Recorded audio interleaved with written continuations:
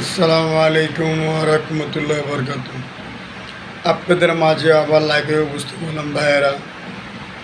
তো সবার জন্য দোয়া করি, সবাই সুস্থ থাকেন, ভালো থাকেন। যারা আমার বন্ধুবান্ধব আছেন, আত্মীয় স্বজন আছেন, সবার জন্য দোয়া করি। যারা প্রবাসে আছেন, যারা মামারা অনেক বিদেশে আছে, ভাইরা বিদেশে আছে, তাদের জন্য দোয়া করি। তো ভাইয়ারা, আমরা যে বিয়াবাড়ির অনুষ্ঠান হলো বিশাল বড়, আমার মেয়ের বিয়ে দেবো, আমার ছেলের বিয়ে দিব, বিশাল বড় অনুষ্ঠান করব। অনুষ্ঠান করতে পারেন, স্বাভাবিক আপনাদের করতে পারেন। তো কথাগুলো রাগ করবেন না, কথাগুলো বলি। তো আশা করি আপনারা করেন। আমাদেরও দিন আনে দিন খায়, যারা ভিক্ষা করে দিন আনে দিন খায়, দেখা গেলো তাদের 10 জন 20 জন আইনে আপনারা খাওয়াই দিলেন। যারা মনে করেন কোরআনের পাখি, যারা কোরআন আদায়ত করে, কোরআন পড়ালেখা করে, তাদের যদি পারেন একটুখানি এতিমখানার থেকে 10 জন 50 জন 20 জন যাওয়া পারেন আইনা অনুষ্ঠানে আপনি খাওয়াবেন, অনেক সওয়াব পাবেন ভাইরা। আমরা জানি অনুষ্ঠান করাটা ঠিক না। অনুষ্ঠান মেয়ে বাড়ির যে অনুষ্ঠান, এটা করা ঠিক না। অনুষ্ঠান ছেলে বাড়ির করা ঠিক। এটা আমাদের কোরআনের আয়াতে লেখা আছে, এটা হুজুরের ইয়ে আছে। যদি আমার কোনো ভুল ত্রুটি হয়ে থাকে তাহলে ক্ষমা দৃষ্টিতে আপনারা দেখবেন।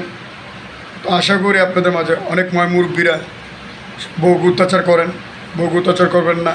এবং মা আপনার পরের ঘরের থেকে, আপনার নিজের ঘর থেকে পরের ঘরে আইসেন মেয়েটা, আপনার ছেলের বিয়ে করে আনাইছেন, আপনি তাকে মেয়ের মতন সম্মান করবেন, আপনি সম্মান করবেন। আপনার মেয়ে আর ঘরে গেলে ওনারাও এইভাবে সম্মান করবেন।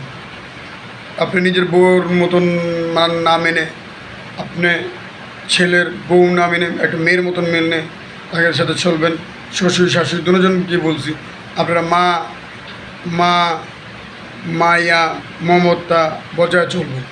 অনেকে মনে করেন বউ শাশুড়ি যুদ্ধ লাগে, ওই যে ভাই জামাই আসলে কয় আমার ছেলেরা আসলে আমি বিচার দেবো, তুমি আমার সাথে করছো। এগুলো করবেন না। আবার বউ কয় আমার জামাই আসুক আজকে, আমি আপনার নামে বিচার দেব।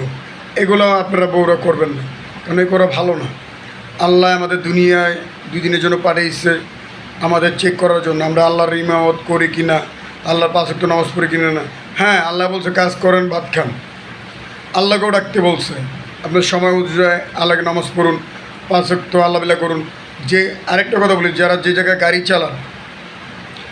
চালান, রিক্সা হোক, ভ্যান হোক, বাস হোক, স্টিমার হোক, যেই জায়গায় হোক, 5 ওয়াক্ত নামাজটা আদায় করে নেবেন আপনারা দয়া করে। স্কুলের সামনে কোনো হর্ন মারবেন না, মসজিদের সামনে কোনো হর্ন মারবেন না। লেখাপড়ার বাক্য হয়, নামাজের বাক্য হয়, আয়াত ভুলে যায় হুজুরে। তো আশা করি আপনাদের মাঝে যদি আমার কোনো ভুল টুটি করে থাকি ক্ষমা দৃষ্টি দেখবেন। আর যদি আমার এই ভিডিওটা আপনাদের ভালো লেগে থাকে অবশ্যই লাইক ও কমেন্ট শেয়ার করবেন। আসসালামু আলাইকুম ওয়া রাহমাতুল্লাহ।